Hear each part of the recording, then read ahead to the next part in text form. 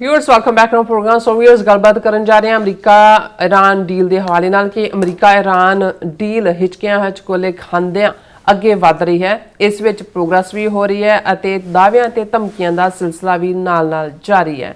ਸੋ ਇਸ ਬਾਰੇ ਆਪਾਂ ਗੱਲਬਾਤ ਕਰਨ ਜਾ ਰਹੇ ਹਾਂ। ਸੋ ਅਸੀਂ ਚਾਹਾਂਗੇ ਕਿ ਤੁਸੀਂ ਇਸੇ ਤਰ੍ਹਾਂ ਬਣੇ ਰਹਿਣਾ, ਦੇਖਣ ਸੁਣ ਲਈ ਜਾਂ ਲਿਖਣ ਲਈ ਤੁਹਾਡਾ ਸਭ ਦਾ ਬਹੁਤ-ਬਹੁਤ ਸ਼ੁਕਰੀਆ। ਜੀ ਰਾਜ ਸਾਹਿਬ ਕੀ ਕਹਿਣਾ ਚਾਹੋਗੇ?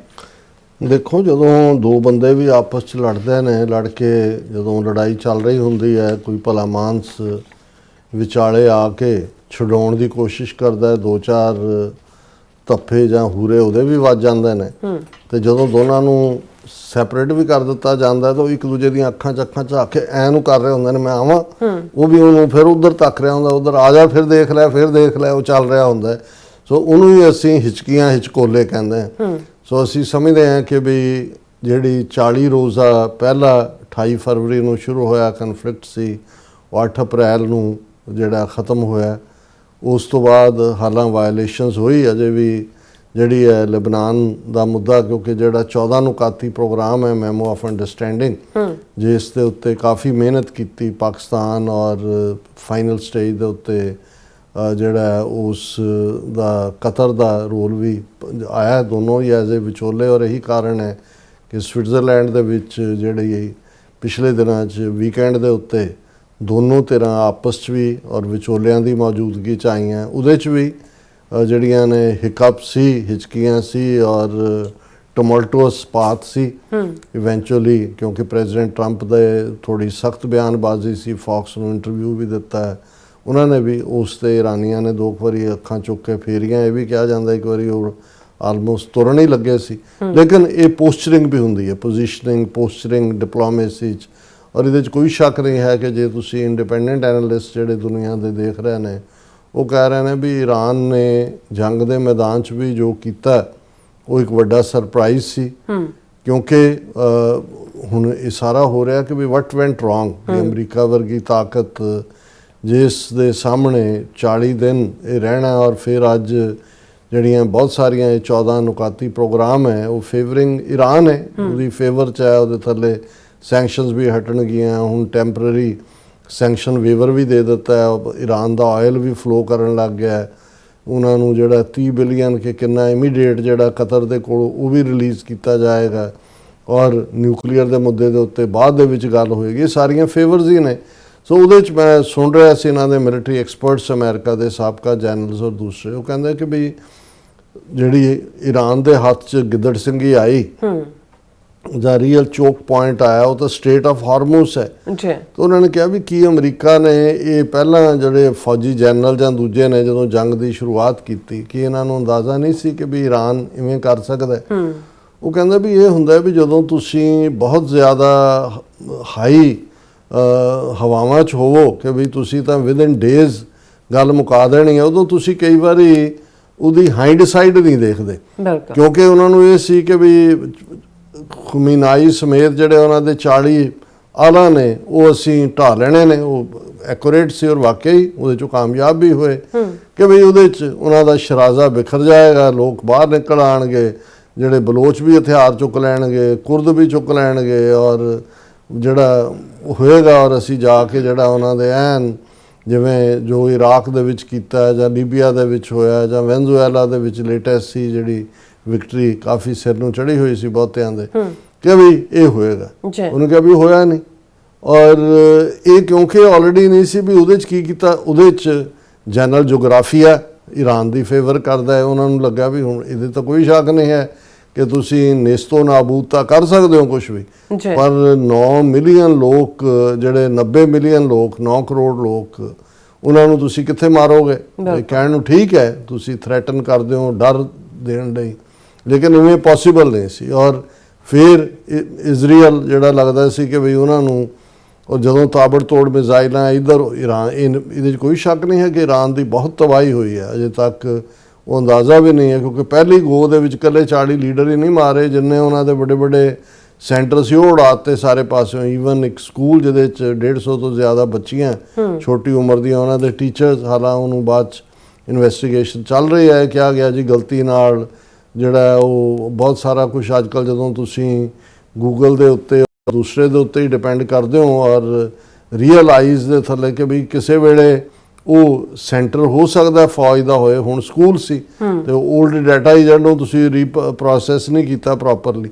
ਸੋ ਕੁੱਲ ਮਿਲਾ ਕੇ ਇਹ ਹੈ ਕਿ ਵੀ ਅਸੀਂ ਇਹ ਹੋਪਫੁਲ ਹੈ, ਕਿਉਂਕਿ ਅੱਜ ਜਦੋਂ ਮੰਡੇ ਜਿਹੜਾ ਹੈ ਉਹ ਟੈਸਟਿੰਗ ਨੁਕਤਾ ਸੀ, ਸੰਡੇ ਗੱਲਬਾਤ ਹੋਈ, ਹੁਣ ਥਿੰਗਸ ਆਰ ਇਨ ਪਲੇਸ। ਇਵੇਂ ਲੱਗ ਰਿਹਾ ਹੈ ਕਿ ਵੀ ਇਹ ਅਜੇ ਹਿਕਅਪਸ ਐਂਡ ਟਰਮੋਇਲ ਚੱਲ ਰਿਹਾ ਹੈ, ਲੇਕਿਨ ਕਿਸੇ ਨਾ ਕਿਸੇ ਕੰਢੇ ਗੱਲ ਲੱਗਣ ਵਾਲੀ ਹੈ, ਲੱਗੇਗੀ ਅਜੇ, ਕਿਉਂਕਿ 60 ਦਿਨ ਨੇ ਗੱਲਬਾਤ ਨੂੰ ਜਿਹੜਾ ਉਹ ਮੁਕੰਮਲ ਜਿਹੜਾ 14 ਨੁਕਾਤੀ ਪ੍ਰੋਗਰਾਮ ਹੈ, ਮੈਮੋ ਆਫ ਅੰਡਰਸਟੈਂਡਿੰਗ ਹੈ, ਉਹਨੂੰ ਕਿਸੇ ਸਮਝੌਤੇ 'ਚ ਬਦਲਣ ਦੇ ਵਿੱਚ। ਔਰ ਮੈਂ ਕੁਇਕਲੀ, ਕਿਉਂਕਿ ਸਮੇਂ ਦੀ ਰਿਸਟ੍ਰੇਨ ਹੈ, ਮੈਂ ਜ਼ਿਆਦਾ ਲੰਬਾ ਨਹੀਂ ਜਾਵਾਂਗਾ। ਅੱਜ ਈਵਨ ਪੈਂਟਾਗਨ ਦੇ ਜਿਹੜੇ ਸੈਕਟਰੀ ਆਫ ਡਿਫੈਂਸ ਨੇ ਮਿਸਟਰ ਉਹਨਾਂ ਨੇ ਕਾਂਗਰਸ ਤੋਂ $80 ਬਿਲੀਅਨ ਮੰਗੇ ਨੇ। Pentagon seeks $80 billion from Congress for Iran war, ਕਿ ਵੀ ਸਾਡਾ ਬਹੁਤ ਖਰਚਾ ਹੋ ਰਿਹਾ, $80 ਬਿਲੀਅਨ ਕਰੋ। ਹਾਲਾਂ ਪ੍ਰੈਜ਼ੀਡੈਂਟ ਟਰੰਪ ਨੇ ਆਲਰੇਡੀ $1.5 ਟ੍ਰਿਲੀਅਨ ਡਿਫੈਂਸ ਬਜਟ ਮੰਗਿਆ ਹੋਇਆ ਹੈ। ਕਿੰਨੇ ਕੁ ਮਿਲਣਗੇ ਪਤਾ ਨਹੀਂ, ਪਰ ਇਸ ਤੋਂ ਅਸੀਂ ਅੰਦਾਜ਼ਾ ਲਾ ਸਕਦੇ ਹਾਂ ਕਿ ਜਦੋਂ ਫੌਜੀ ਆਪਰੇਸ਼ਨ ਹੁੰਦੇ ਨੇ ਉਹ ਕੀ ਕਿੱਥੇ ਲਿਜਾ ਸਕਦੇ ਨੇ। ਅੱਜ ਪ੍ਰੈਜ਼ੀਡੈਂਟ ਟਰੰਪ ਨੇ ਕੋਈ ਸੰਡੇ ਵਾਂਗ ਸਖਤ ਟਿੱਪਣੀਆਂ ਉਸ ਲੈਵਲ ਦੀ ਤਾਂ ਨਹੀਂ ਕੀਤੀ। ਇਹ ਜ਼ਰੂਰ ਕਿਹਾ will do what I have to do if Iran doesn't stick to deal.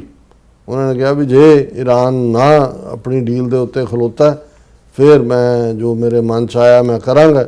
ਲੇਕਿਨ ਇਸ ਦੇ ਉਲਟ ਜਿਹੜੇ ਵਾਈਸ ਪ੍ਰੈਜ਼ੀਡੈਂਟ ਨੇ ਮਿਸਟਰ ਵੈਂਸ, ਇਹ ਵੀ ਗੁੱਡ ਕਾਪ ਬੈਡ ਕਾਪ ਹੁੰਦਾ ਕਿ ਵੀ ਇੱਕ ਚੰਗਾ ਬਣ ਕੇ ਜਦੋਂ ਈਵਨ ਜਦੋਂ ਇੱਥੇ FBI ਜਾਂ ਦੂਸਰੇ ਵੀ ਆਉਂਦੇ ਨੇ, ਉਹ 2 ਬੰਦੇ ਹੁੰਦੇ ਨੇ ਘੱਟੋ ਘੱਟ ਜੀ, ਜ਼ਿਆਦਾ ਵੀ ਹੋ ਸਕਦੇ ਨੇ ਪਰ ਮਿਨੀਮਮ 2 ਹੁੰਦੇ ਨੇ। ਉਹਦੇ 'ਚ ਇੱਕ ਜਿਹੜਾ ਉਹ ਬੜਾ ਸੌਫਟ ਗੱਲ ਕਰ ਰਿਹਾ ਹੁੰਦਾ ਹੈ, ਰਿਸਪੈਕਟਫੁਲੀ, ਇੱਕ ਉਹਨੂੰ ਅਬਜ਼ਰਵ ਵੀ ਕਰ ਰਿਹਾ ਹੁੰਦਾ ਤੇ ਵਿਚਾਲੇ ਉਹ ਸਖਤ ਜਿਹੜਾ ਹੈ ਉਹ ਲਾਈਨ ਵੀ ਲੈ ਰਿਹਾ ਹੁੰਦਾ। ਸੋ ਇਹਦੇ ਤੋਂ ਹੀ ਆ ਕਿ ਗੁੱਡ ਕਾਪ ਬੈਡ ਕਾਪ, ਕਿ ਤੁਸੀਂ ਕਿਸੇ ਨੂੰ ਕਿਸੇ ਦੇ ਲਈ ਰਾਜ਼ੀ ਕਰਨਾ ਤੇ ਦੋਨੋਂ ਤਰ੍ਹਾਂ ਦਾ pressure. So mister Vance says talks with Iranian officials set good foundation for a deal to end the war.